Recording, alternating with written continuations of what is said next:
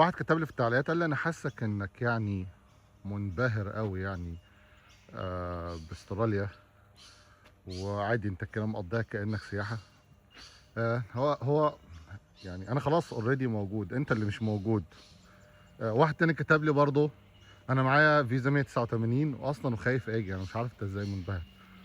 طب ما هو الخوف ده مش هيوصلك لحاجه يعني. ماذا بعد الخوف؟ طب انا خايف اجي وانت خايف تيجي وكله خايف يجرب وكله خايف يطلع. يعني انت المفروض هتعمل، يعني المفروض ان احنا نعمل ايه؟ فنصيحتي ليك ما تخليش حد يحبطك.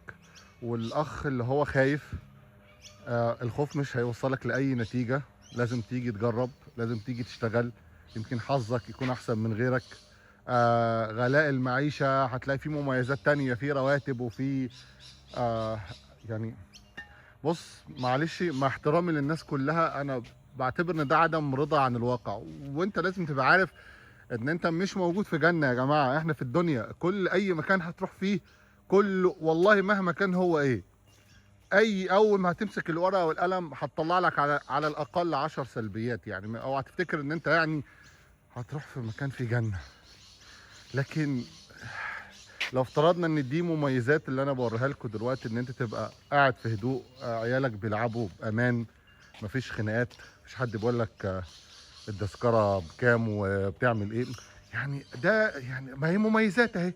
طيب العيوب، السكن طب ما يا باشا انت عايز تاخد حاجه ببلاش؟ يعني انت عايز تاخد كل الخدمه دي ببلاش وما تدفعش مقابلها؟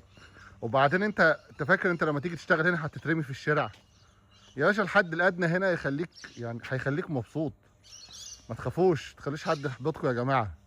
انا بالفعل خلاص بفضل الله موجود في استراليا ومش فارق معايا. وانا كنت عايش قبل كده في المانيا وسافرت دول كتير، ويعني مش محتاج ان انا انبهر. يعني كل الحاجات دي انا شفتها قبل كده، بس انا بنقل لكم الصوره وربنا يوفقكم.